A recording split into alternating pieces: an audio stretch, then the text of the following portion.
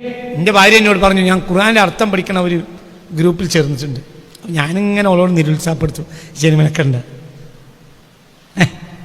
അല്ല നല്ല കാര്യമല്ലേ, ഞാൻ അതിനൊന്നും വേണ്ട മെനക്കണ്ട, ഏതെങ്കിലും അർത്ഥം അത്യാവശ്യം ഈ ജിന്നോട് ചോദിച്ചാൽ മതി, ഞാൻ പറഞ്ഞിട്ടുണ്ട്.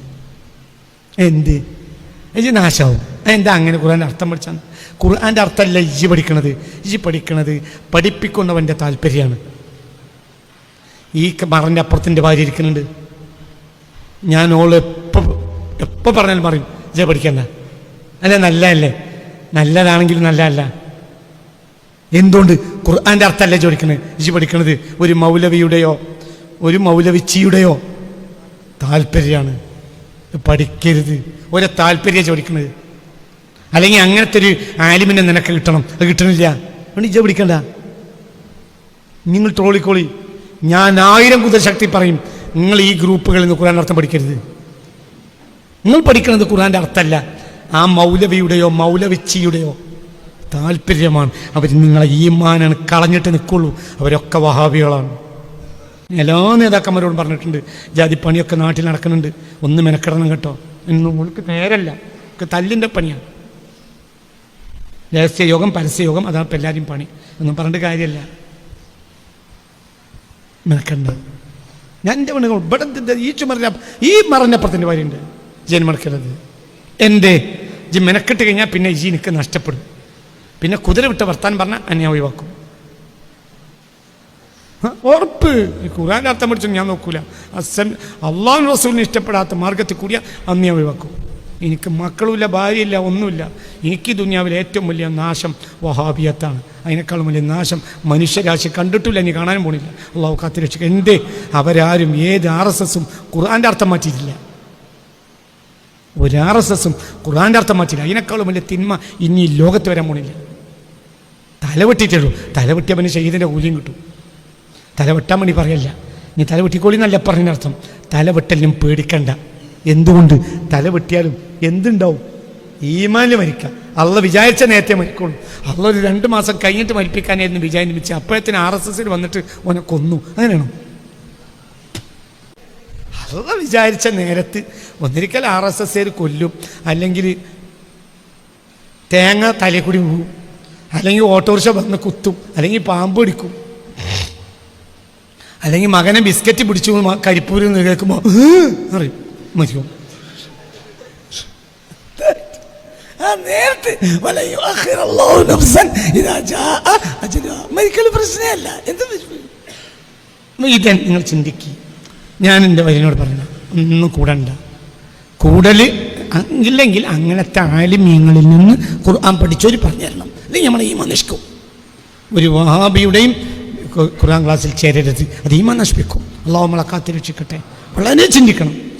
ഇതൊക്കെ തന്നെ തൊട്ടടുത്ത ആൾ സാക്ഷിയുണ്ട്. എപ്പോഴും പറയുന്നുണ്ട്, അവരെ കൂട്ടത്തിൽ കൂടരുത്, അവർ ഗ്രൂപ്പ് ഖുർആൻ പഠിപ്പിക്കരുത്, നശിച്ചു. അള്ളാഹു നമ്മളെ കാത്തിരക്ഷിക്കട്ടെ. അപ്പം നോക്കൂ, നിങ്ങൾ ചിന്തിക്കുക. അവസാനിപ്പിക്കുകയാണ്. അപ്പോൾ ചിന്തിക്കുക. വ്യാഖ്യാനം അടുത്ത ഒരു ഖുർആൻ പരിഭാഷ ഇറക്കി ഒരു സമ്മേളനത്തിൽ കഴിഞ്ഞ ആഴ്ച. വള്ളിയുമില്ല പുള്ളിയുമില്ല, അർത്ഥവുമില്ല വേറെയുമില്ല, ഒക്കെ തെറ്റിച്ചാ കൊടുത്ത്, ഒക്കെ അവനാന്റെ ഇച്ഛയാ കൊടുത്ത്. വിശുദ്ധ ഖുർആനിന് പുതിയ അർത്ഥവും വ്യാഖ്യാനം കൊടുത്തിട്ട് അമുസ്ലിങ്ങളെ പഠിപ്പിക്കാനാണ് അത്രേ. അതിൽ നിന്ന് ചിലതൊന്നും കൊടുത്താൽ ഓൾക്ക് ചിലപ്പോൾ പെട്ടെന്ന് വിരോധം തോന്നിയാലോ ഇസ്ലാമിനോട്. അതുകൊണ്ട് അതൊക്കെ ഞങ്ങൾ ഒഴിവാക്കി. കഴിഞ്ഞ ആഴ്ച സമ്മേളനം നടന്ന ഒരു സ്റ്റേറ്റ് സമ്മേളനം. ആളെ പേരും അർത്ഥമൊന്നും ഞാൻ പറയില്ല, ആ പരിഭാഷ വാങ്ങി വായിച്ചു നോക്ക്. ഒരു തലയും പാലുമില്ല, ഒരൊറ്റ കുട്ടി കൈകൊണ്ട് തൊട്ട് വരുതാ സാധനം. അത്ര അപകടകാരിയാണ്. സൂറത്ത് ഫാത്തിഹ പോലും അള്ളാഹു റസൂലും പഠിപ്പിച്ച പോലെ എല്ലാ അർത്ഥം കൊടുത്ത് പരിശോധിച്ച് നോക്കിങ്ങളെ. അത്ര അപകടം പിടിച്ചൊരു പരിഭാഷ. മനസ്സിലായോ? ഞാൻ അതിന്റെ ചില ഭാഗം വായിച്ചിട്ട് സത്യമാണ്, അള്ളാഹു ആണേ, അത് മാത്രം പ്രസംഗിച്ചാൽ പോലും എന്റെ വികാരം തീരില്ല ഇവിടെ.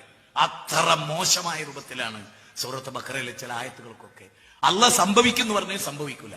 ഇങ്ങനെയാണെന്ന് പറഞ്ഞാൽ ഉണ്ടായിട്ടില്ല. അള്ളാഹ് ഉണ്ടായി എന്ന് പറയാം, ഉണ്ടായിട്ടില്ല എന്ന് പറയാം. അള്ളാഹ് അങ്ങനെ ബാധിക്കും ഉണ്ടായിട്ടില്ല.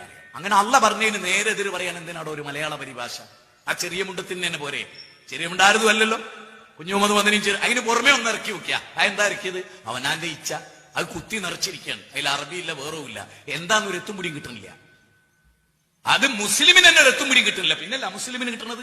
സഹോദര, ആലോചിക്കാനാ ഞാൻ പറയുന്നത്. ചില ആളുകൾ ചിലപ്പോൾ ഖുർആൻ ലാ ഇലാഹ ഇല്ലല്ലാഹ് ജനങ്ങൾ ചിലരുടെ അവസ്ഥ അത്ഭുതമാണ്. ചിലപ്പോൾ അറബി പോലും ഒന്നും അറിയുണ്ടാവില്ല. ഖുർആനിന്റെ പരിഭാഷ നോക്കിയിട്ട് അവൻ ഇതാ കണ്ടെത്തിയിരിക്കുന്നു എന്ന് പറഞ്ഞ് പുതിയൊരു ആശയം ഉണ്ടാക്കിക്കൊണ്ട് എന്നിട്ട് അതിനുവേണ്ടി തർക്കിക്കും. അവൻ പരിഭാഷ മാത്രമേ വായിച്ചിട്ടുള്ളൂ.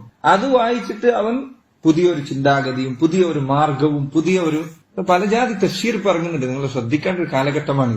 ഏതോ ഒരു തഫ്സീർ പുതിയ ഇറങ്ങിയത് ദിഖറാണോ എന്താണ് പേര്.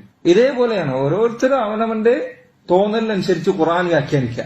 ചില ആളുകൾ നിസ്കാരം 3 റക്അത്താണെന്ന് പറഞ്ഞതുപോലെ. സഹോദരങ്ങളെ, വളരെ ശ്രദ്ധിക്കേണ്ട കാര്യമാണിത്. നമ്മുടെ മുഹമ്മദ് അമാനി മൗലവി റഹിമഹുല്ല അദ്ദേഹത്തിന്റെ തഫ്സീർ രചിച്ചിട്ടുള്ളത് ചില അപാകതകൾ, അബദ്ധങ്ങള്, മാനുഷികമായ ചില പോരായ്മകള് അതൊക്കെ ആർക്കും സംഭവിക്കാവുന്നതാണ്. CN അഹമ്മദ് മൗലവി തഫ്സീറിൽ എന്തുണ്ട്? വ്യതിയാനമുണ്ട്.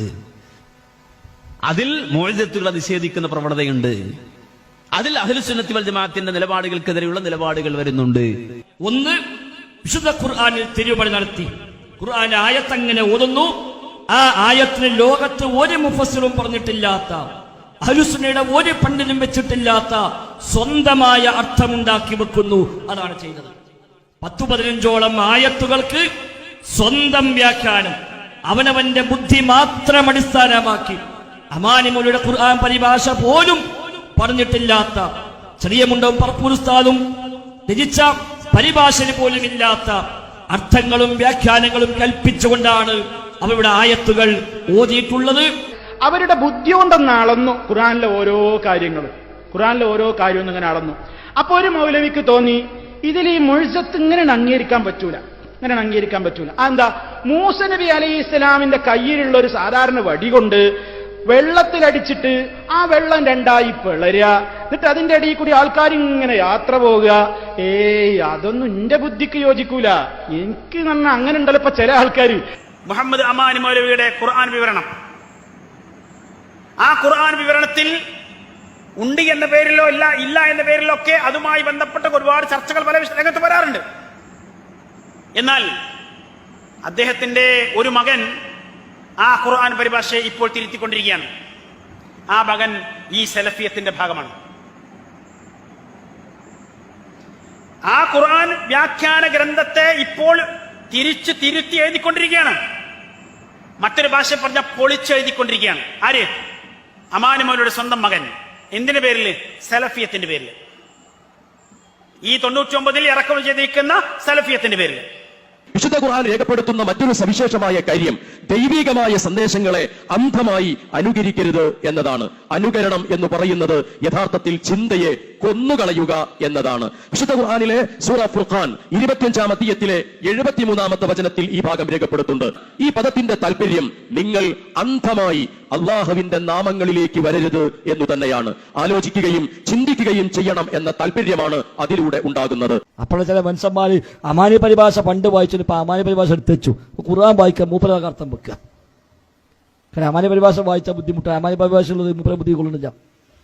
പണ്ട് കൊണ്ടിരുന്നു നല്ല കാലത്ത് സുബീസ്കേച്ച് ചെയ്തിട്ട് അമാനി പരിഭാഷ വായിച്ച മനുഷ്യന്മാർ ഇപ്പൊ പിന്നെ അമാനി പരിഭാഷ വേണ്ട, മുസ്ലിം മറിച്ചേക്ക, മൂപ്പര വക വ്യാഖ്യാനം. എന്നിട്ട് പിന്നെ ഇത് ചോദ്യം ചോദിച്ചപ്പോ ഇവര് ഖുർആൻ നിഷേധികളാണ്, ഖുർആനോട് വിരോധമാണ്. ഇവിടുന്ന് കഴിഞ്ഞിട്ട് പിന്നെ പോയിട്ട് പ്രസംഗം, അതിന് ഹെഡിങ് എന്തായോ, വിസ്തക്കാരെ എന്താ നിങ്ങൾക്ക് ഖുർആനോട് അലർജി ഇല്ല. അപ്പൊ എന്താ അലർജി? ഓല് പല അർത്ഥം സ്വീകരിക്കാത്തത് കൊണ്ട്. അവര് വെച്ച അർത്ഥം സ്വീകരിച്ചിട്ടില്ല, അതുകൊണ്ട്. അതാണ് ഇപ്പൊ CH മുസ്തഫ മോദി കാണിക്കുന്നത്. ആയത്തോടുന്നതിന് മുമ്പ് അർത്ഥം വെക്കും, ഉദയത്തോട് കണ്ട പകരം അൽമാരി മേശം കൊടുത്താൽ മതി. മുമ്പ് അർത്ഥം ഖുർആൻ ആയത്തതിന് മുമ്പ് പറയാ ഉദയത്തൊന്നുമില്ല, അതിന് പകരം പാവപ്പെട്ടവർക്ക് അലമാര, ഷെൽഫ്, ടേബിൾ, ചെയർ ഇതൊക്കെ വാങ്ങിക്കൊടുത്താൽ മതി. ഖുർആൻ പറയുന്നു എന്നാണ്. ഇത് ശരിയല്ല പറഞ്ഞാലോ, കണ്ടോ ഖുർആൻ പറഞ്ഞു പോകാൻ സ്വീകരിക്കണില്ല. ഇനി നമ്മൾ മനസ്സിലാക്കേണ്ടത് എന്താണ്? ആ ഖുർആനിനെയും ഹദീസിനെയും ഒരു ഭാഗത്ത് അങ്ങനെ നിവർത്തി വെച്ചിട്ട് ഒരു ഡിക്ഷണറി വെച്ചിട്ടാണോ അതിനെ നമ്മൾ മനസ്സിലാക്കേണ്ടത്? ഖുർആനിന്റെ ആയത്ത് എങ്ങനെയാണ് നമ്മൾ മനസ്സിലാക്കേണ്ടത്? ഹദീസുകൾ എങ്ങനെയാണ് നമ്മൾ മനസ്സിലാക്കേണ്ടത്? അതേതെങ്കിലും ഒരു പരിഭാഷ നോക്കിയിട്ട് പഠിക്കേണ്ടതല്ല. ഹദീസുകൾ എങ്ങനെയാണ് നമ്മൾ മനസ്സിലാക്കേണ്ടത്? അതേതെങ്കിലും ഒരു പരിഭാഷ നോക്കിയിട്ട് പഠിക്കേണ്ടതല്ല. ഹദീസുകൾ എങ്ങനെയാണ് നമ്മൾ മനസ്സിലാക്കേണ്ടത്? അതേതെങ്കിലും ഒരു പരിഭാഷ നോക്കിയിട്ട് പഠിക്കേണ്ടതല്ല.